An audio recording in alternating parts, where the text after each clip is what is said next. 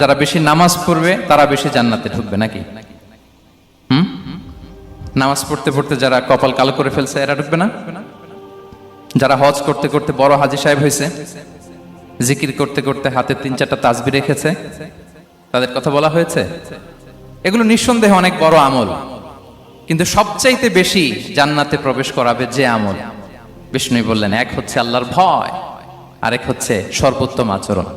প্রিয় ভাইরা, ইসলামের মেজাজটাকে চিনে নেন, ইসলামের এসেন্সটাকে বুঝে নেন। আমরা ভালো আচরণকে গুরুত্ব দিতে চাই না।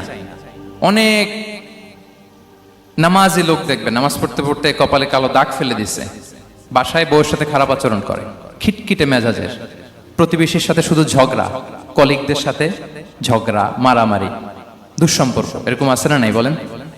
আছে না?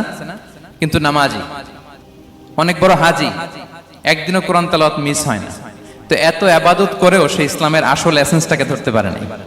বিষ্ণু বললেন, সবচেয়ে বেশি জান্নাতে প্রবেশ করাবে যে দুটি আমল, একটি হচ্ছে তাকওয়াল্লাহ, আল্লাহর ভয়, আরেকটি হচ্ছে উত্তম আচরণ, সর্বোত্তম আচরণ।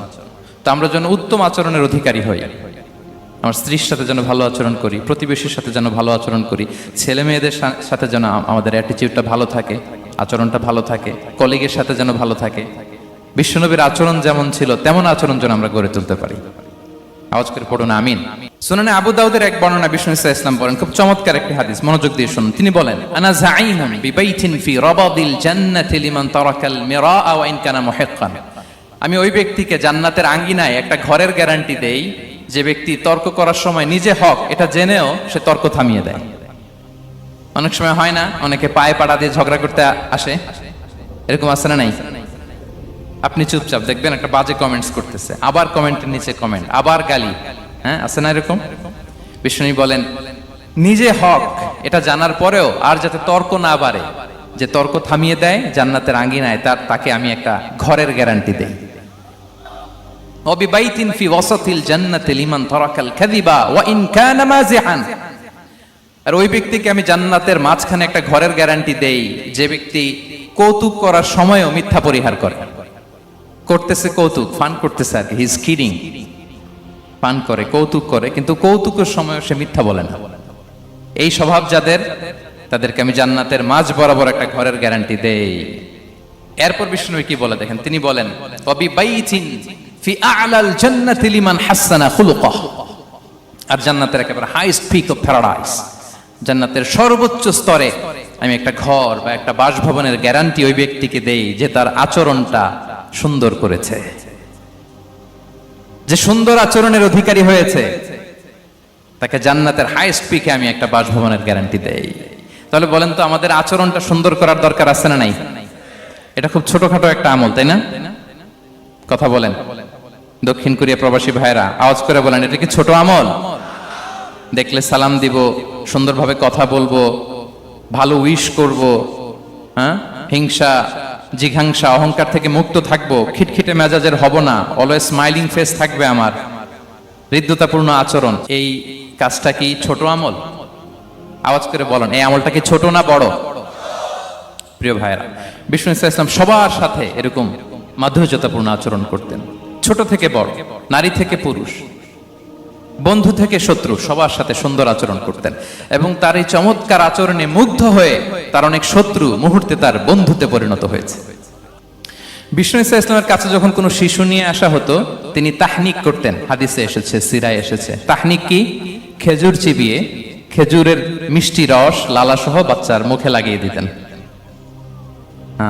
আলেমদের কাছে, অনেক আলেমদের কাছে আসে, আমার কাছে অনেকে এসেছে বাচ্চাদেরকে নিয়ে, তো আমরা এই সুন্নাহর উপর আমল হিসেবে খেজুর চিবিয়ে এর রসটা মুখে ঢুকিয়ে দিয়েছি।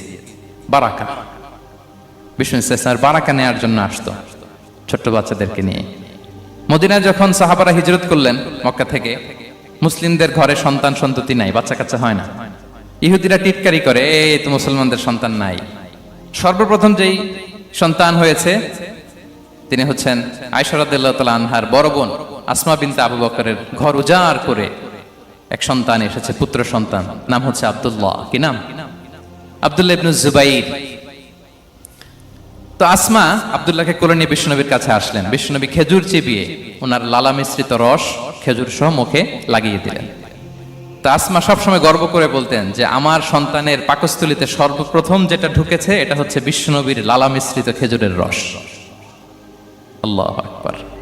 বাচ্চারা আসলে বিষ্ণু তাহনিক করতেন এবং এটা ল্যাবরেটরিক্যালি প্রুভড, সায়েন্টিফিক্যালি প্রুভড যে বাচ্চার জন্মের পরে এরকম মিষ্টি দিলে, স্পেশালি ডেটস নির্যাস যদি দেয়া হয়, তাহলে এটা তার ইমিউন সিস্টেম বাড়ায়, রোগ প্রতিরোধ ক্ষমতা বাড়ায়, তার ব্লাড সার্কুলেশন বাড়ায়, রক্ত সঞ্চালন বাড়ায়। বিষ্ণুনবী এটা করতেন। অনেক মায়েরা বরকতের জন্য বিষ্ণুনবীর কোলে বাচ্চা দিতেন, অনেক বাচ্চা বিষ্ণুনবীর কোলেই পেশাব করেছে, হাদিস সাক্ষী। ওখান থেকে মাসালা এসেছে, মেয়ে বাচ্চা পেশাব করলে কিভাবে ক্লিন হবে, ছেলে বাচ্চা পেশাব করলে কিভাবে ক্লিন হবে। বিষ্ণুনবী কোলে নিয়েছেন, পেশাব করে দিছে ভরায়া। আল্লাহু আকবার। বাচ্চাদের মাথায় তিনি হাত বুলিয়ে দিতেন। যেই বাচ্চার মাথায় বিষ্ণুনবী হাত বুলাতেন, ওই বাচ্চার মাথায় খুব বেশি বেশি চুল গজাতো। সুবহানাল্লাহ পড়বেন না? এক ভণ্ড, সেও ছিল নবী দাবিদার, মুসাইলামাতুল কাদ্দাব। সে নবীকে কপি করত, নবী যা যা করতো তাই করত। তো সেও তার এলাকায় অনেক বাচ্চাদের মাথায় হাত বুলাই দিতে শুরু করলো, যে মোহাম্মদ বাচ্চার মাথায় হাত বুলালে বাচ্চার মাথায় চুল বড় হয়, আমিও তাই করবো। সে বলতো আমিও নবী।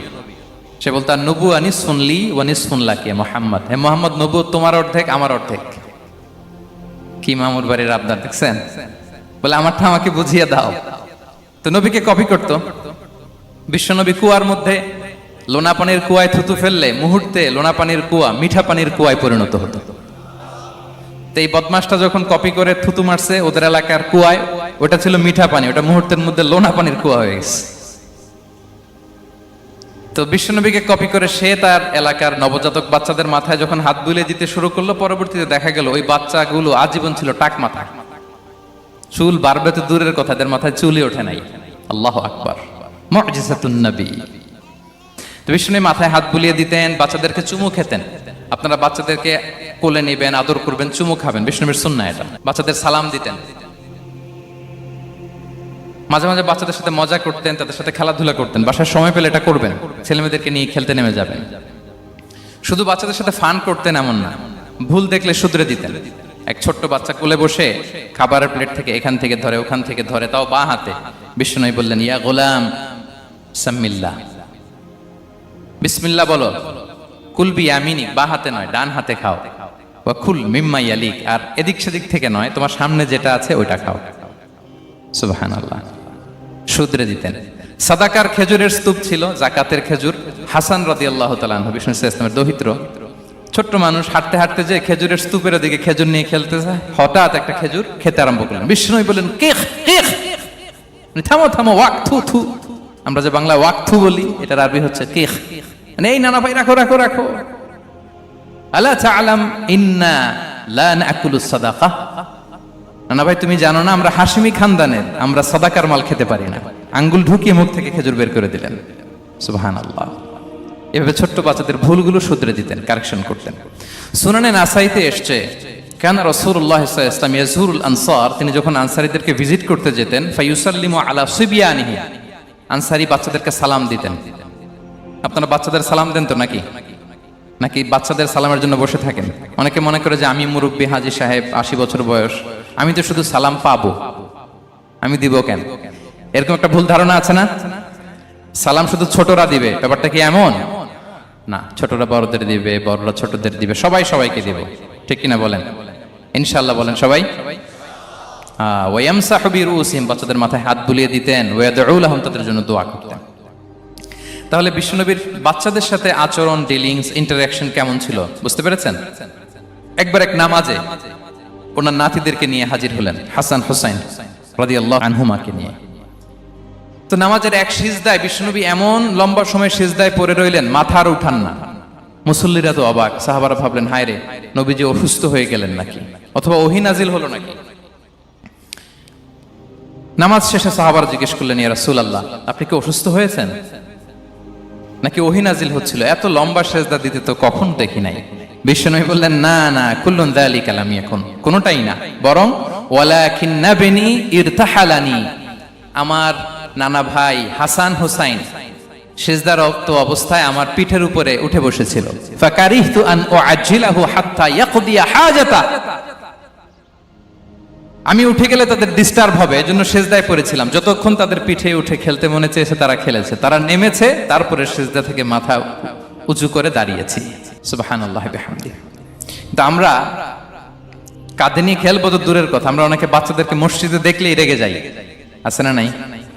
অনেক মুরব্বীরা আছে মসজিদে বাচ্চা দেখতে পারে না, দেখবেন হ্যাঁ, খিটখিটে মেজাজের হয়ে যায়, রিঅ্যাক্ট করে। আলহামদুলিল্লাহ গত অনেক বছর ধরে বাংলাদেশে এটা নিয়ে আমরা কন্টিনিউয়াসলি বলেছি যে না, শিশুদেরকে আপনারা মসজিদে আসলে ধমক দিবেন না, ভুল করলে, আওয়াজ করলে, চিৎকার করলেও তাদেরকে বকা দেওয়া যাবে? বলেন। আজকে যদিও বকা খেয়ে মসজিদ থেকে ফিরে যায়, আর কোনোদিন মসজিদের দিকে পা বাড়াবে? ও যাবে ক্লাবে, হ্যাঁ, ও যাবে গানের কনসার্টে, আর ফেরাতে পারবেন মসজিদে? আর আসবে না। খবরদার, আপনার একটা ধমকের কারণে মসজিদমুখী কোনো শিশু যেন অন্যদিকে না যায়। বুঝাবেন যে আব্বু এটা আমাদের ইবাদতগাহ, পবিত্র জায়গা, এখানে দুষ্টামি করতে হয় না, আওয়াজ করতে হয় না, আল্লাহ তোমাকে অনেক গুনাহ দিবে। গুনার ভয় দেখালে কিন্তু বাচ্চারা দুষ্টামি করে না, দেখবেন, ঠিক কিনা বলেন? এই সেন্সটা তাদের আছে, এভাবে বুঝাবেন।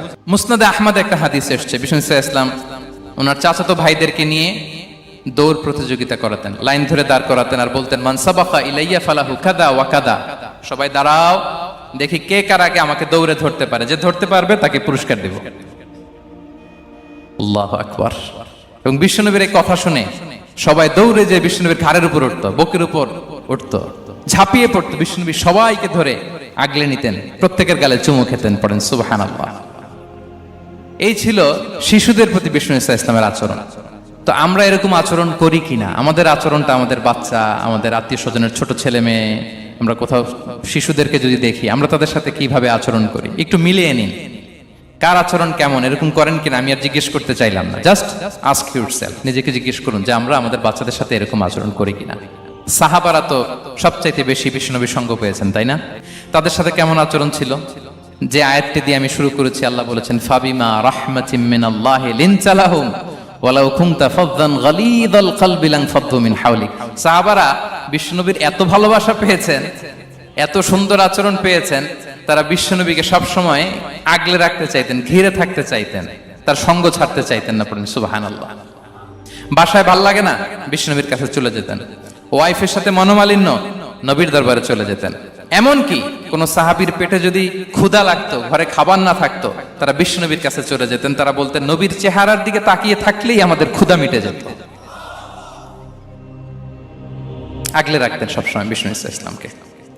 আর সবসময় বিষ্ণু ইসলাম একটা স্মাইলিং ফেস নিয়ে তাদের সাথে কথা বলতেন, মুচকি হাসবেন। বিষ্ণু বলেন তাবাসসুমুকা ফি ওয়াজহি আখিকা সাদাকা, your smile to your brother it's a charity. তোমার ভাইয়ের দিকে তাকিয়ে তুমি যে মুচকি হাসো, এটা সাদাকা দেওয়ার সওয়াব কামিয়ে ফেলো তুমি। এবং সাহাবারা বলতেন মা রাআইতু আহাদান আকসারা তাবাসসুমান মিন রাসূলিল্লাহ সাল্লাল্লাহু আলাইহি ওয়াসাল্লাম। বিশ্বনবীর চাইতে বেশি কাউকে আমরা কোনোদিন মুচকি হাসি দিতে দেখিনি। মুচকি হাসেন তো আপনারা? মুচকি হাসবেন, হাসলে যদি সাদাকার সওয়াব হয়, তো আমরা মুখ গোমরা করে রাখবো কেন? দেখবেন যিনি মুচকি হাসে তাকে সবাই পছন্দ করে, আর যিনি গোমরা মুখ থাকে তার দেখতে ভালো লাগে। আমার ভালো লাগে না, আপনাদের লাগে? হাসি কিন্তু সংক্রামক, ইতিবাচক ভাবে সংক্রামক। আপনি হাসলে দেখবেন হেসে হেসে কথা বলে, যার সাথে বলতেছেন তারও একটা হাসি। আপনি গোমরা মুখ থাকলে ওই ব্যক্তিও গোমরা মুখ, ঠিক কিনা বলেন? এবং মুচকি হাসলে স্বাস্থ্য ভালো থাকে, মানসিক স্বাস্থ্যের সাথে এটা সম্পর্ক আছে। দেখেন বিষ্ণু ইসলাম কেমন কনসিডারেট ছিলেন। বিশ্বনবী যদি কারোর সাথে মুসাফা করতেন, ভাই একটু হাত মিলান তো, এই যে ওই লোক হাত সরানোর আগে বিশ্বনবী হাত সরাতেন না। যখন উনি হাতটা টান দিতেন তখন নবী হাত টান দিতেন। কারোর সাথে কথা বলার সময় এইভাবে আর চোখে তাকাতেন না, এইভাবে না। কথা বলতে হইলে ঘুরে তার দিকে হয়ে তাকে সম্মান দিয়ে, রেসপেক্ট দিয়ে কথা শুরু করতেন। কেউ কোনো গুরুত্বপূর্ণ কথা কানে কানে বলতে চাইলে তিনি কথা শেষ না হওয়া পর্যন্ত মাথা সরাতেন না। সুবহানাল্লাহ, আসতে বলেন। আল্লাহু আকবার, আল্লাহু আকবার। একটু মিলিয়ে নেই, আসলে কি আমরা পারি এত চমৎকার আচরণ উপহার দিতে? কতটা কনসিডারেট ছিলেন দেখেন। এক বেদুইন, অক্ষর জ্ঞানহীন মানুষ, সভ্যতার ছোঁয়া তার মধ্যে লাগেনি। সে মসজিদে নববীতে ঢুকে একবার মসজিদে নববীর মাঝখানে পেশাব করা শুরু করলেন। কি করা শুরু করলেন? কোথায়? টয়লেটে? কোথায়? ইসলামের সবচাইতে দ্বিতীয় সবচাইতে পবিত্র জায়গা বিশ্বনবীর মসজিদের মাঝখানে। সাহাবারা তাকে মারতে উদ্ধত হলেন। বিশ্বনবী বললেন দাও, থামো থামো, এই থামো থামো। কারণ প্রস্রাব করার সময়, টয়লেট করার সময় হুট করে কাউকে ধমক দেওয়া যায় না, ডাকা যায় না, দরজায় বড় নক করা যায় না। করলে তার ক্ষতি হতে পারে, এটা করবেন না। বিষ্ণু বললেন দাউ ওয়া হারিকু আলা বাউলিহি সাজলান মিন মা, এই রাখো রাখো, বেচারাকে পেশাব করতে দাও, করতে দাও, করতে দাও, পেশাব করতে দাও। সে পেশাব শেষ করলো, বিষ্ণু বললেন এক বালতি পানি ঢেলে দাও। এই এক বালতি পানি বালুতে মিশে জায়গাটা পরিষ্কার হয়ে যাবে। এরপর বিষ্ণু ইসলাম বললেন ফা ইন্নামা বুইসতুম মুয়াসসিরিন ওয়ালাম তুবআসু মুআসসিরিন, তোমরা এত কঠোর হচ্ছ কেন? আল্লাহ তো তোমাদেরকে কঠোর করে পৃথিবীতে পাঠাননি, সহজপন্থী করে আল্লাহ তাআলা আমার এই উম্মতকে পৃথিবীতে পাঠিয়েছে। পড়েন সুবহানাল্লাহ। দেখেন কত চমৎকার আচরণের ছিলেন। এবং পরে লোকটাকে বুঝিয়ে বললেন, সে কালিমা পড়ে মুসলমান হয়ে গিয়েছে। আল্লাহু আকবার। এই ছিল বিষ্ণু ইসলামের ইন্টারাকশন সাহাবাদের সাথে। এবং সাহাবাদের জন্য তিনি দোয়া করতেন প্রাণ ভরে। প্রিয় ভাইরা, দোয়া চাওয়া, দোয়া করা দুটোই সুন্নাহ। প্রাণ ভরে তিনি সাহাবাদের জন্য দোয়া করেছেন। বিষ্ণু ইসলাম একবার ওয়াশরুম সেরে এসে দেখলেন কে যেন অজুর পানি রেখে গিয়েছে। জিজ্ঞেস করলেন কে রেখেছে? বলা হলো আব্দুল্লাহ ইবনে আব্বাস রেখে, ছোট্ট আব্দুল্লাহ। বিষ্ণু ইসলাম খুশি হয়ে গেলেন, হায় রে, সে কিভাবে খেয়াল করলো, আমি এখন ওয়াশরুম থেকে আসলে তো আমার অজুর পানি লাগবে। খুশি হয়ে একটা দোয়া করলেন তার জন্য। তিনি বললেন আল্লাহুম্মা ফাক্কিহহু ফিদ্দীন ওয়া আল্লিমহু তা'ওয়িল, মানে হে আল্লাহ, আপনি তাকে দ্বীনের জ্ঞান দেন এবং কোরআনের ব্যাখ্যা তারে শিক্ষা দেন। বিশ্বনবীর এই দোয়া এমন ভাবে কবুল হয়েছে, এই আব্দুল্লাহ ইবনে আব্বাস যত মুফাসসির পৃথিবীতে আসবে সকল মুফাসসিরদের সম্রাট হিসেবে আল্লাহ তাকে কবুল করেছেন। বিশ্বনবীর দোয়া তারা পেয়েছেন। উম্মে সুলাইম রাদিয়াল্লাহু তাআলা আনহা আনাস রাদিয়াল্লাহু তাআলা আনহুকে নিয়ে আসলেন, বললেন নবী হে, আপনি এসেছেন, আমরা যে এত খুশি মদিনাবাসী, সবাই দেখে আপনার হাতে কিছু না কিছু হাদিয়া দেয়, আমি কি দিব? কিছু দেয়ার নাই, কিছু দেয়ার নাই, আমি গরিব মানুষ, আমি আমার নার ছেঁড়া ধন, কলিজার টুকরা আনাস, আমার শিশু সন্তানটারাই আপনারে হাদিয়া দিয়ে দিলাম। খোয়াই দিমুকা আনাস, নবী হে, সে আপনার ছোট্ট খাদেম হবে, আপনার কাজ করে দিবে। উদু আল্লাহ আলাহ, আপনি তার জন্য একটু দোয়া করেন। বিষ্ণুনবী দোয়া করলেন, কি দোয়া করলেন? আল্লাহুম্মা আকসির মালাহু ওয়া ওয়ালাদা, আল্লাহ আনাসের সম্পদও বাড়ায় দাও, ওয়া ওয়ালাদা, তার সন্তানও বাড়ায় দাও। দেখেন এই দোয়ার কি বরকত। এই দোয়ার বরকতে আনাস বলে মদিনাতে যত খেজুর বাগান ছিল সবগুলো খেজুর বাগানে বছরে খেজুর হতো একবার, কিন্তু নবীর দোয়ার বরকতে আমি আনাসের বাগানে খেজুর হতো বছরে 2 বার। আর উনার সর্বসাকুল্যে ছেলে মেয়ে ছিল, কোন বর্ণনায় 78 জন, কোন বর্ণনায় 80 জন। আমাদের পুরো বংশে আছে 80 জন, কথা বলেন। আপনার পুরো গোষ্ঠীতে 80 জন আছে? উনার শুধু ছেলে মেয়ে, একজনের ছেলে মেয়ে কয়জন? 80 জন। বিশ্বনবীর দোয়া কি ইন্টারেকশন দেখেন, একজন ট্রু লিডারের কি বৈশিষ্ট্য।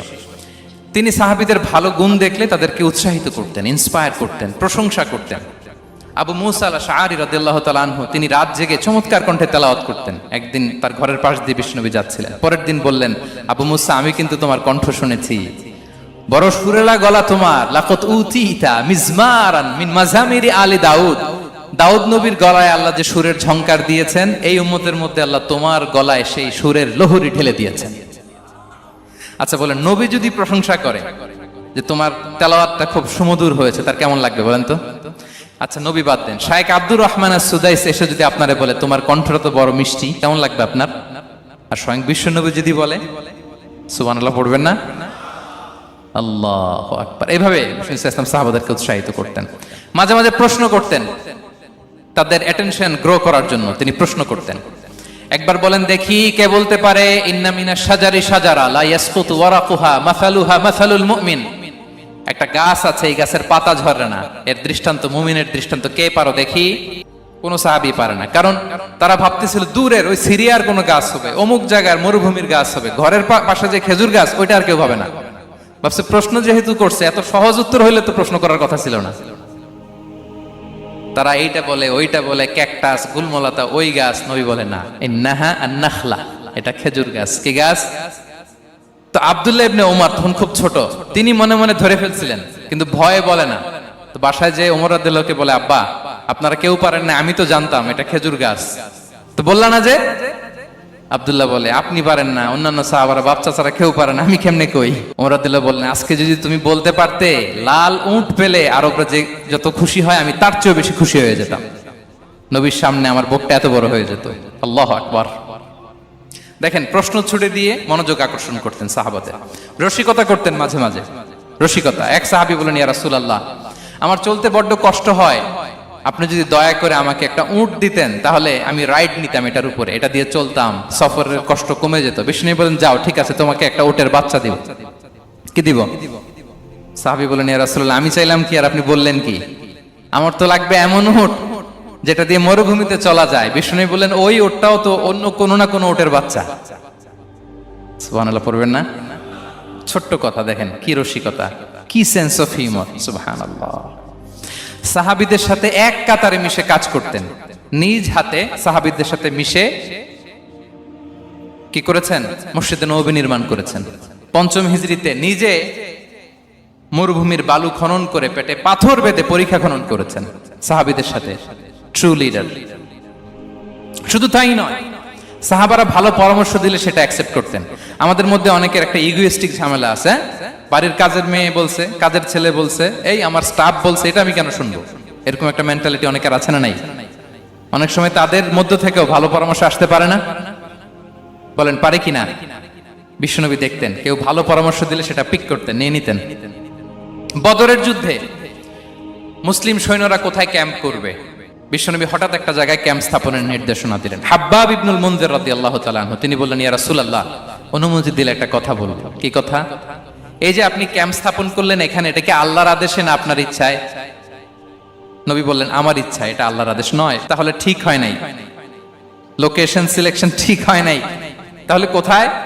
হাব্বাব বললেন, ইয়া রাসূলুল্লাহ, ওই যে কূপ দেখা যায় ওখানে, দ্যাটস আওয়ার লোকেশন, ওখানে করলে ভালো হবে। কেন? বলতেছে, আমরা ওখানে ব্যারিকেড দিয়ে রাখবো, পানি আমাদের কন্ট্রোলে থাকবে, কুরাইশরা পানির অভাবে যুদ্ধ ছাড়াই মরবে, আমরা পানি খেয়ে যুদ্ধ করবো। সুবহানাল্লাহ বলেন। বিশ্বনবী সাথে সাথে হাব্বাবের কথা মেনে নিলেন, বলে যে না, আমি যে ডিসিশন দিয়েছি সৈন্যদের মধ্যে আবার ছড়িয়ে দাও, we should change our location. আল্লাহু আকবার। তাহলে সাহাবাদের সাথে ইন্টারেকশন কি ফ্র্যাঙ্কলি, কি ওপেন মাইন্ডেড। সুবহানাল্লাহ বিহামদিহি। তাহলে শিশুদের সাথে গেল, বড়দের সাথে, সাহাবাদের সাথেও গেল। আল্লাহ। আচ্ছা, 3 নম্বরে স্টাফের সাথে, কর্মচারীর সাথে, সেবকের সাথে বিষ্ণু ইসলাম কি আচরণ করেছেন? বিষ্ণু ইসলামের অনেক খাদেম ছিল, সিরাতে এসেছে। সবার কথা তো বলা যাবে না, একজনের কথা বলি, আনাস রাদিয়াল্লাহু তাআলা আনহুর কথা। আনাস, লক্ষ্মীপুরে আমি এক জায়গায় ওনার কোন একটা ওয়াজ করতে যেয়ে আমি বললাম, আনাস নামটা কেমন লাগে? কারণ অনেকে বাচ্চা নিয়ে এসে বলে, হুজুর নাম রেখে দেন। তাই আমি বললাম, আজকে এখানে নাম দিয়ে দেই আনাস। এই বছর এই লক্ষ্মীপুরে যত বাচ্চা হবে যাদের মনে চায় আনাস রেখে দিয়েন। 3-4 বছর পরে শুনি আনাস দিয়ে লক্ষ্মীপুর ভরে গেছে। অনেকে আমাকে জানাইছে ছেলের নাম কি আনাস, তো বলে যে ওই যে হুজুর আপনি 19 সালে আমাদের লক্ষ্মীপুরে এসে বলছিলেন, ওই কথা থেকে আমরা, পেটে ছিল বাচ্চা, আমরা নিয়ত করে ফেলছি আনাস রাখবো। আনাস নামটা অনেক সুন্দর না? সাহাবাদের নামগুলো চুজ করে করে ছেলেদের নাম রাখবেন। উনি ছিলেন বিষ্ণু ইসলামের খাদেম। কোনদিন তিনি কোন ওনার স্টাফকে, সেবককে, খাদেমকে মারধর করেন নাই, কোনদিন না। আমরা তো পান থেকে চুন খসলে, আল্লাহ, বাংলাদেশে ওই যে লোহার খুন্তি গরম করে কাজের মেয়ের পিঠে শেখা দেয়া হয়, এরকম আছে না নাই? ডাকাত বলেন। মানবাধিকার কর্মী, আবার নারী আন্দোলনের বড় নেত্রী, কিন্তু ঘরের ভেতরে দেখা যায় তার আসল চরিত্র। কারো আসল চরিত্র যদি জানতে চান, কয়েকটা জায়গায় নক করলে জানা যায়। এক হচ্ছে তার বউ, তার ব্যাপারে কি বলে, তার স্ত্রী। এরপর তার ড্রাইভার কি বলে, তার ঘরের কাজের মহিলাটা কি বলে। এদের কাছে নক করলেই আপনি বড় সাহেবের আসল তথ্য পেয়ে যাবেন। কথা বুঝতে পেরেছেন? আনাস রাদিয়াল্লাহু তাআলা আনহু বলেন, খাদিমতুন নবিয়্যা 10 সিনিন ফামা ক্বালা লি উফ ফামা ক্বালা লি লিমা সানা'তা ওয়ালা লিমা লা সানা'তা। আমি 1 বছর 2 বছর নয়, 10 বছর বিশ্বনবীর খাদেম ছিলাম। আওয়াজ করে বলেন তো কয় বছর? একদিনের জন্য আমার কোনো কাজে বিরক্ত হয়, উহ ইস, আরে বিরক্ত হয়, আমরা এগুলো বলি না? একদিনের জন্য বলে না, একদিন, একটি মুহূর্তের জন্য। এই 10 বছরে একটিবারও প্যারা নবীজি বলেন নাই, আনাস এটা কেন করলে? একবারের জন্য বলে নাই, আনাস এটা করলে না কেন? একবারের জন্য তিনি বলেন। আনাস রাদিয়াল্লাহু তাআলা আনহু বলেন, একদিন একটা কাজে, সম্ভবত জুব্বা আনতে আমাকে বিষ্ণু পাঠিয়েছিলেন। আমি ছোট মানুষ, জুব্বা আনতে যে ভুলে আমি মদিনার বাচ্চাদের খেলা দেখতে আরম্ভ করলাম। বাচ্চারা রাস্তায় খেলাধুলা করে না? বিশ্বনবী যেটা আনতে পাঠিয়েছে ওইটা না এনে ভুলে, ছোট মানুষ তো, সেও দাঁড়িয়ে দাঁড়িয়ে মদিনার ছেলেমেয়েদের খেলা দেখতেছে। এখন সময়ের পর সময় যায়, ঘন্টার পর ঘন্টা যায়, আনাস তো আর আসে না জুব্বা নিয়ে। বিশ্বনবী ভাববেন, হায় রে, আনাস মনে ভুলে গেছে, যাই নিজের কাজ নিজেই করে নিয়ে আসি। বিষ্ণুনবী বেরোলেন, বেরোই দেখে ওই তো আনাস, আমার আনাস বাচ্চাদের সাথে খেলা দেখতেছে। আমরা হইলে কি করতাম? আমরা হইলে কি মায়ের, ওই যে ডাইরেক্ট মায়ের। আল্লাহ, আজকে তোর একদিন কে আমার একদিন না। বিষ্ণুনবী গেলেন, তিনিও বাচ্চাদের সাথে খেলা দেখতে শুরু করলেন, কিছুই বললেন না, শুধু আলতো হাতে আনাসের পিঠে হাত রাখলেন, ঘাড়ে আলতো হাতে। বিষ্ণুনবীর হাতটা রেশমের চেয়েও সফট ছিল। হাত রাখলেন, হাত রাখাতে আনাস রাদিয়াল্লাহু তাআলা আনহু ফানাযারতু ইলাই, তিনি বললেন আমি পিছনের দিকে তাকালাম, বিষ্ণুনবীর দিকে আমি তাকালাম, হঠাৎ করে দেখলাম যে বিষ্ণুনবী। তাকানোর পর পর আমি ভয় পেয়ে গেলাম, কিন্তু বিষ্ণু সাল্লাল্লাহু আলাইহি ওয়াসাল্লাম ধমকও দেয় নাই, কিরে আনাস তুই এখানে, এটাও বলে নাই। তাকালাম, ওয়া হুয়া ইয়াদহাক, তিনি একটা মুচকি হাসি দিলেন, বললেন আনাস তোমাকে না কাজে পাঠিয়েছিলাম, এখানে কেন? আনাস বলে ইয়া রাসূলুল্লাহ ক্ষমা করে দেন, আমি যাচ্ছি। আনাস বলে বিশ্বনবীর সেদিনের মুচকি হাসির শাসন মরার আগের দিন পর্যন্ত আমার এই সোজা রাস্তায় রেখেছে। ভাইরা আমার, শাসন করতে জানলে পিট্টি দেয়া লাগে না, ধমক দেয়া লাগে না, মার দেয়া লাগে না। শাসন করতে জানলে একটা মুচকি হাসি দিয়ে শাসন করা যায়। এবার জানবো স্ত্রীর সাথে আচরণ। স্ত্রী যার সাথে আমার সম্পর্ক খুবই গভীর, খুবই মজবুত, তার সাথে কেমন আচরণ ছিল? সিরাতে অনেক কথা এসেছে, আমাদের সময় নেই, সংক্ষেপে বলি। স্ত্রীদের তিনি আগে সালাম দিতেন, মসজিদ থেকে ঘরে পৌঁছে দিতেন, ঘরের কাজে সহযোগিতা করতেন, ওঠে ওঠার সময় হেল্প করতেন, মাঝে মাঝে স্ত্রীদের পরামর্শও নিতেন। আপনারা এগুলো করেন তো? করেন? এই যে আওয়াজ নাই, পেছনে কিন্তু ভাবিরা বসে আছে সবাই। উল্টা পাল্টা বললে এখানে উইটনেস আছে, খবর আছে আজকে। এগুলো করেন? করেন? হ্যাঁ, করতে হবে, করতে হবে। বিষ্ণু ইসলাম নিজ হাতে ঘরে উটের দুধ দহন করতেন, রুটি সেকা দিতেন, কাপড় সেলাই করতেন, এই কাজগুলো করতেন। এবং আম্মা জান আয়েশা রাদিয়াল্লাহু তাআলা আনহাকে এত ভালোবাসতেন, তিনি বলেন আমি গোশত খেয়ে ওইটার হাড্ডিটা রেখে দিলে বিশ্বনবী আমার খাওয়া হাড্ডিটা নিয়ে আবার চুষতে শুরু করতেন। আমি গ্লাসের যেখান দিয়ে পানি খেতাম, পেয়ালার খুঁজে খুঁজে বিশ্বনবী ওই জায়গায় ঠোঁট লাগিয়ে পানি খেতেন। মাইমুনা রাদিয়াল্লাহু তাআলা আনহা বলেন যে আমি আর বিশ্বনবী এক বালতি থেকে মগ দিয়ে পানি নিয়ে দুজনে গোসল করেছি। আল্লাহু আকবার, কি চমৎকার আচরণ! এবং স্ত্রীদের নিয়ে তিনি সফর করতে বেরোতেন। একবার রাত্রিবেলা বিষ্ণু ইসলাম এবং আম্মা জান আয়েশা রাদিয়াল্লাহু তাআলা আনহা, বিষ্ণু বলেন চলো তো আমরা একটু দৌড় দেই, এক্সারসাইজ হয়ে যাবে। দুইজনে দৌড় দিলেন। তখন আম্মা জান আয়েশা রাদিয়াল্লাহু তাআলা আনহা একটু স্লিম ছিলেন, তো দৌড়ে বিশ্বনবী পিছে পড়ে গেলেন, আম্মা জান আয়েশা ফার্স্ট হয়ে গেলেন, আগে চলে গেলেন। বড্ড খুশি, উনি বিশ্বনবীকে হারিয়েছেন। আবার অনেক বছর পরে, তখন সময়ের ব্যবধানে আম্মা জান আয়েশা একটু হেলদি হয়ে গিয়েছেন, আগের মতো আর চিকন নেই। আবার বিশ্বনবী কোনো এক রাতে বললেন আয়েশা চলো আজকেও একটু এক্সারসাইজ করি, দৌড় দেই। দুজন মিলে দৌড় দিলেন। আজকে বিশ্বনবী আর আম্মা জান আয়েশাকে চান্স দেন নাই, তিনি জোরে দৌড়ে আম্মা জান আয়েশাকে রানার আপ করে দিলেন, উনি ফার্স্ট হয়ে গেলেন। এরপর কি বললেন জানেন? সুনানে আবু দাউদের হাদিস, তিনি বললেন ইয়া আয়েশা হাদিহি বিতিলকা সাবকা। দেখেন বিশ্বনবী মনে রাখছেন, নোটে রাখছেন। বিশ্বনবী বললেন আয়েশা ওই যে এত বছর আগে কোন এক রাতে মরুভূমিতে দৌড়ে আমাকে হারাইছিলা, আজকে ওইটার বদলা নিয়ে নিলাম। তিলকা সাবকা, ওইটার বিনিময়ে এটা। ওই দিন তুমি জিতছিলা, আজকে তোমার উপর আমি জিতে গেলাম। কি হৃদ্যতা ছিল, কি সম্পর্ক ছিল হ্যাঁ স্ত্রীর সাথে। তাই বলে মনে করবেন না যে কোনো মনোমালিন্য হতো না, হতো। মানবিক যে ব্যাপারগুলো মাঝে মাঝে একটু ছোটখাটো মিষ্টি ঝগড়া, একটু মনোমালিন্য, এটাও হতো। এবং বিশ্বনবী এটাও টের পেতেন। তিনি বলতেন আয়েশা ইন্নী লা আ'লামু ইযা কুনতি আলাইয়া গাদবা ওয়া ইযা কুনতি আলাইয়া রাদিয়া। আয়েশা কখন তুমি আমার উপর রেগে থাকো আর কখন খুশি থাকো সবটাই কিন্তু আমি টের পাই। আম্মা জান আয়েশা অবাক হলেন, কি করে টের পান? বিশ্বনবী বলেন যখন তুমি আমার উপর খুশি থাকো তখন দোয়ার সময় বলো লা ওয়া রাব্বি মুহাম্মদ, তুমি বলো হে মুহাম্মদের রব আল্লাহ মদিনার উপর রহম করেন, আমাদেরকে ক্ষমা করেন। হে মুহাম্মদের রব আমাদের ক্ষমা করেন, এইভাবে দোয়া করো। আর যখন তুমি রেগে থাকো তখন আমার নামটা মুখ দিয়ে নিতে চাও না, তখন তুমি দোয়াতে বলো লা ওয়া রাব্বি ইব্রাহিম, হে ইব্রাহিমের আল্লাহ, হে ইব্রাহিম নবীর খোদা আমাদের মাফ করো। তখন তুমি আমার নাম নাও না, কৌশলে আমার নামটা বাদ দাও। আমাদের আয়েশা বলেন ইয়া রাসূলুল্লাহ মা আহজুরু ইল্লা ইসমাক, নবী হে, আমি তো আপনার নামটাই শুধু মুখ থেকে বাদ দেই, আমার হৃদয় থেকে তো কখনো আপনারে বাদ দিতে পারি না। এটা ঠিক, তখন রেগে থাকে, আপনার নামটা মুখে নেই না, কিন্তু হৃদয় থেকে তো আপনাকে সরাতে পারি না। সুবহানাল্লাহ।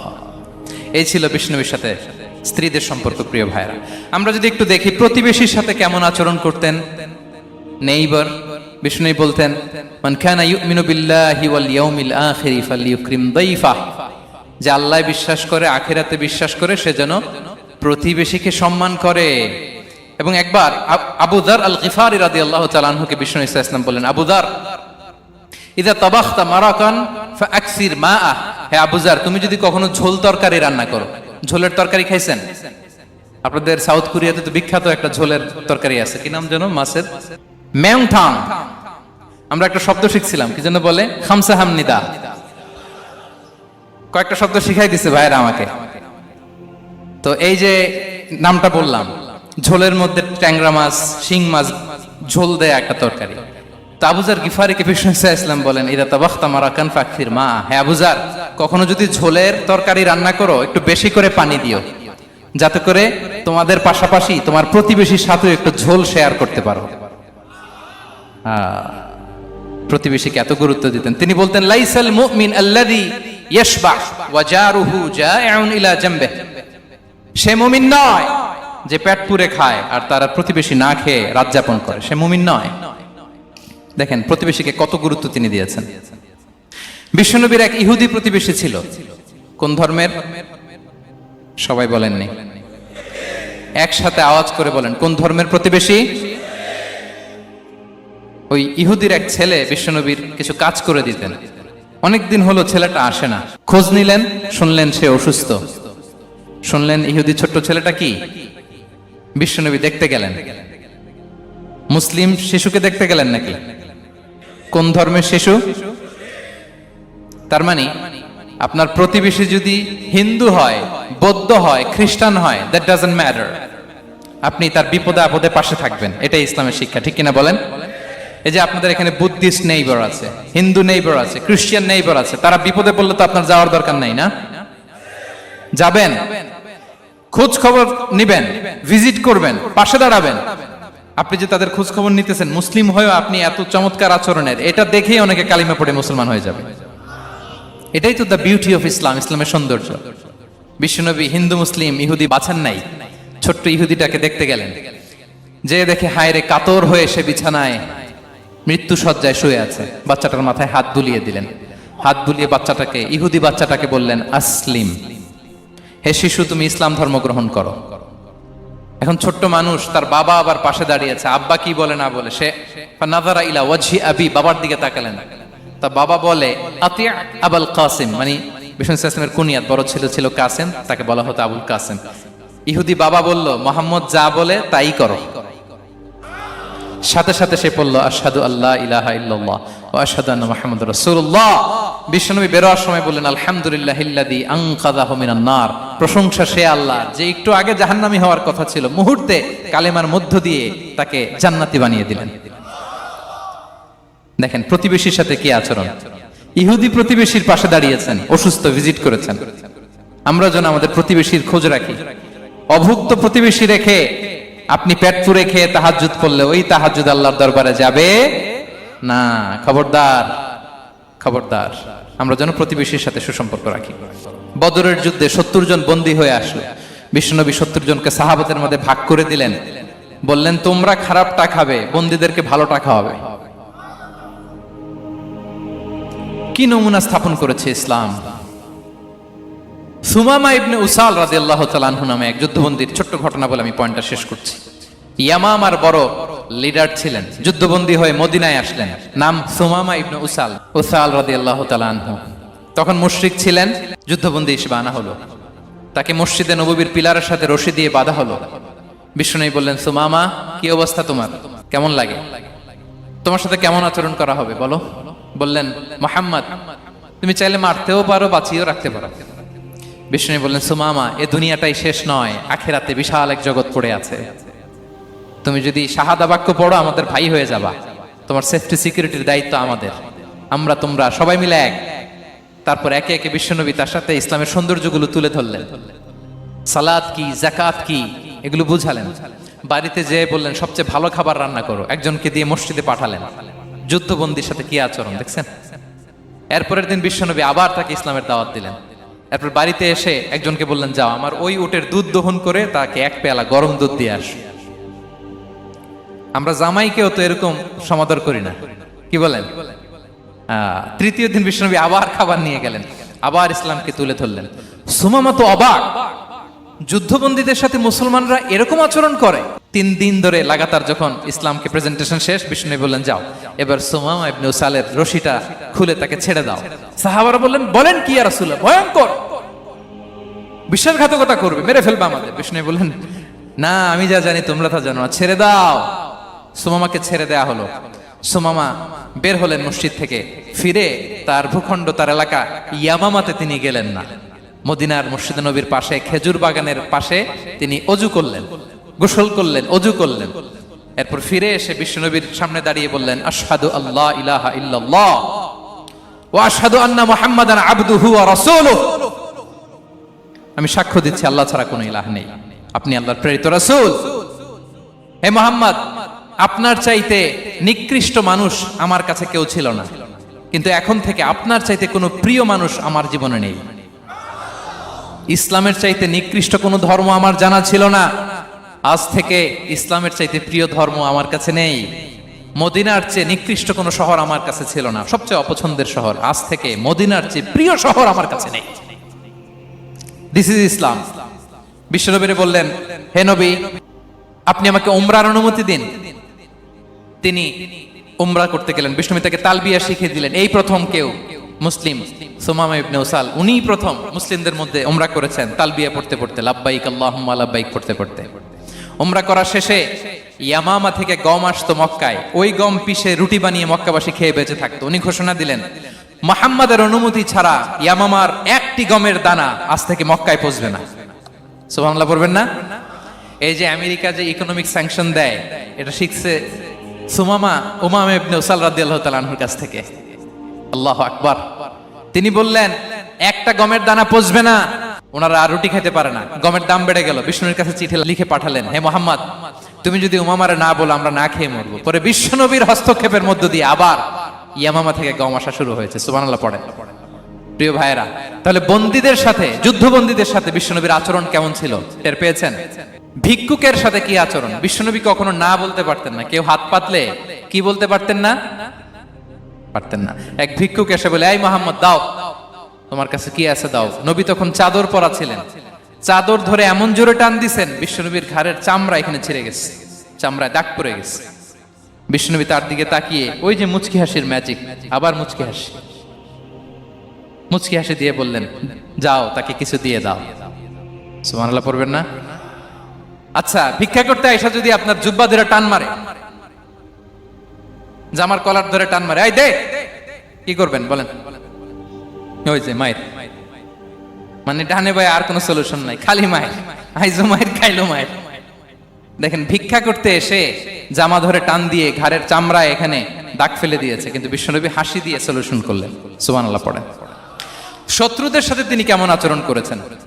আল্লাহ আল্লাহ আল্লাহ আল্লাহ। তায়েফের ময়দানে রক্তাক্ত হয়েছেন, রক্তাক্ত। পাহাড় রক্ষী ফেরেশতারা বলে, নবী আপনাকে রক্তাক্ত করেছে? তায়েফে কেন গেছিলেন বিশ্বনবী? জমির বায়না করতে না? তায়েফে জমি কিনতে গেছিল না? তায়েফবাসীকে জাহান্নামের আগুন থেকে বাঁচাতে রক্তাক্ত করা হয়েছে। পাহাড় রক্ষী ফেরেশতারা বললেন, নবী একটা আদেশ দেন, দুই দিক থেকে চাপা মেরে পুরো তায়েফবাসীকে মাটির সাথে মিশিয়ে ফেলবো, মাটির সাথে মিশে যাবে। বিশ্বনবী বললেন, না না, তারা হয়তো ঈমান আনে নাই, তাদের ভবিষ্যৎ প্রজন্মের কেউ না কেউ লা ইলাহা পড়বে, কেউ না কেউ লা ইলাহা জপবে। তাই হয়েছে। তায়েফে যদি যান, আল্লাহু আকবার, মসজিদ আর মসজিদ, শান্তি আর শান্তি। আল্লাহু আকবার। উহুদের ময়দানে দাঁত শহীদ হয়েছে, রক্তাক্ত হয়েছে, হেলমেট ভেঙে কপালে পাথর ঢুকেছে। ফেরেশতারা বললেন, আদেশ দেন উহুদ পাহাড় তাদের ঘাড়ের উপরে বসিয়ে। বিষ্ণু বললেন, না। বিষ্ণু বললেন, না, আল্লাহুম্মা হদি কওমি ফাইন্নাহুম লা ইয়ালামুন। আল্লাহ আমার কওমকে ক্ষমা করে দেন, ওরা বুঝে নাই। দেখেন, শুধু ক্ষমাই চান নাই যে আল্লাহ ওদেরকে মাফ করে দেন, ওদের হয়ে কৈফিয়ত দিয়েছেন আল্লাহকে, এক্সকিউজ দিয়েছেন। আল্লাহ কেন কেন ক্ষমা করবেন? কারণ ওরা বুঝে নাই। এক্সকিউজ দিয়েছেন, তাদের হয়ে কৈফিয়ত দিয়েছেন। এই ছিল শত্রুদের সাথে বিশ্বনবীর আচরণ। যুদ্ধের ময়দানে ঘোষণা দিতেন, খবরদার ওদের নারীদের গায়ে হাত দিবে না, শিশুদের গায়ে হাত দিবে না, গবাদি পশু মারবে না, কোন পাদ্রীর গায়ে হাত দিবে না। গোটা বিশ্বের কেউ, কোন যুদ্ধের সেনাপতি যুদ্ধের ময়দানে এমন মানবতা দেখাতে পারে না। চিল্লায় বলেন ঠিক কিনা? অষ্টম হিজরিতে মক্কা বিজয়ের দিন থারথার করে কাঁপছিল কুরাইশরা যে আজকে তো আমাদেরকে ক্যাপিটাল পানিশমেন্ট দিবে, ডেথ পেনাল্টি দিবে। বিশ্বনবী বললেন, না, লা তাসরিবা আলাইকুমুল ইয়াউম ইযহাবু ফাআনতুমুত তালাকা। 4-5 জনকে তিনি শাস্তি দিয়েছেন, গণহারে শত শত হাজার হাজার পরিবারকে তিনি ক্ষমা করে দিয়েছেন। বললেন, তোমরা আমার ভাই, ভাই ভাইয়ের সাথে যেরকম আচরণ করবে, ইউসুফ তার ভাইদের সাথে যা করেছে আমি তাই করব, আমি ক্ষমা করে দিলাম। আল্লাহু আকবার। এ ছিল শত্রুদের সাথে আচরণ। শেষ কথা বলি, শেষ কথা হচ্ছে প্রাণীর সাথে বিশ্বনবীর কেমন আচরণ ছিল। প্রাণীর সাথে একবার এক আনসারের খেজুর বাগানে ঢুকলেন, ঢুকে দেখেন একটা উট কাঁদে। কি কাঁদে? কানে কানে এসে বিশ্বনবীকে কি যেন বলে যায়। বিশ্বনবী রেগে বললেন, এই উটের মালিককে? এক আনসারের সাহাবী বললেন, ইয়া রাসূলুল্লাহ আমি। বিশ্বনবী বললেন, তোমার কি ভয় হয় না আল্লাহর? কলিজার মধ্যে আল্লাহর ভয় নাই? আল্লাহ তাআলা দয়া করে উটের মালিক তোমাকে বানিয়েছে, উট কানে কানে এসে আমাকে বলেছে তুমি তাকে কয়দিন ধরে খাবার দাও নাই, আর তাকে দিয়ে কাজ করিয়েছে অনবরত। খবরদার, কিয়ামতের দিন আল্লাহ তাআলা জালিমের কাতারে তোমাকে দাঁড় করাবে। প্রাণীর জন্য বিষ্ণু ইসা ইসলাম কত দয়াদ্র ছিলেন। জবাই করার সময় বিষ্ণু বলতেন, ইহসানের সাথে জবাই করো, ছুরি ধারালো করে রাখো। কোরবানির সময় আমরা প্রাণীটাকে কি করি? আদর করি না, মেরে ফেলি। বলেন তো, জবাই করা মানে কি? মেরে ফেলতেছি। বিষ্ণু বলেন, ইদা কাতালতুম ফাহসিনুল কিতলা, মারবা ঠিক আছে কিন্তু মন মতো না, ইহসানের সাথে কতল করো। ওয়ালিয়ুহিদ্দা আহাদুকুম শাফরাতাহু ওয়ালইয়ারিহ যাবিহাতাহু, ছুরিটাকে ধার করে রাখো যাতে করে খুব সহজে তার রূহটা বের হয়ে যায়। সুবহানাল্লাহ। দেখেন, আমরা নিজেদের সাথে একটু মিলাই। বাংলাদেশে দেখেন তো, কুকুর একটা দেখলে আমরা কি করি? হ্যাঁ, হয় লাথি নয় একটা ঢিল। বিড়াল দেখলে কি করি? হয় দাবরানি দেই নয় দৌড়ানি দেই। এরকম আছে না নাই? উন্নত দেশগুলোতে দেখবেন রাস্তার মাঝখানে একটা ছোট্ট সাপ, পুরো হাইওয়েতে সবগুলো গাড়ি থেমে গিয়েছে একটা হাঁসের বাচ্চা বাঁচানোর জন্য, একটা সাপের বাচ্চা বাঁচানোর জন্য। আর আমরা পাখির মতো মানুষকে গুলি করে মারি। মানুষকে আমরা গুলি করে মারি পাখির মতো নির্বিচারে। প্রিয় ভাইয়েরা, বিষ্ণু ইসলাম প্রাণীর প্রতি আমাদেরকে দয়াদ্র হতে বলেছেন। তাহলে বিশ্বনবীর আচরণ কেমন ছিল একটা ওভারঅল ধারণা আপনারা পেয়েছেন প্রিয় ভাইয়েরা? হ্যাঁ, শিশুদের সাথে কোমল আচরণ করবেন তো আপনারা? আদর করবেন, চুমু দিবেন, কোলে নিবেন। হ্যাঁ, ভুল করলে শুধরে দিবেন, পারবেন? বড়দেরকে আগে সালাম দিবেন তো? আর কর্মচারী একটা ভুল করলে পিটাইয়া শোয়াই ফেলবেন, এরকম করবেন না? ভালো আচরণ করবেন। স্ত্রীর সাথে কেমন আচরণ করবেন? হ্যাঁ, মাধুর্যপূর্ণ আচরণ। ওই একজন কয়, হুজুর নাই। আরে বেটা, হওয়ার পরে কেমন করবা ওইটা বলো না। নিয়ত করে রাখো যে আমরা আমাদের ঘরটাকে জান্নাতি ঘর বানিয়ে ফেলবো, ঠিক কিনা? প্রতিবেশীর সাথে যেন আমরা ভালো আচরণ করি, কারাবন্দীদের সাথে যেন আমরা ভালো আচরণ করি। ভিক্ষুক হাত পেতেছে, স্যার 2 দিন ধরে কিছু খাই নাই, 5টা টাকা দেন। দাঁড়ায় না গ্লাসের সামনে, ওর হাতে থালা, একটা ভাঙ্গা থালা, আর আপনি স্যুট পরা স্যার না, আপনারে গাড়ির এদিক থেকে বের করে ওদিকে ভাঙ্গা থালা দিয়ে বসাইতে, আর ওরে স্যুট পরে গাড়ির ভিতরে বসাইতে আল্লাহর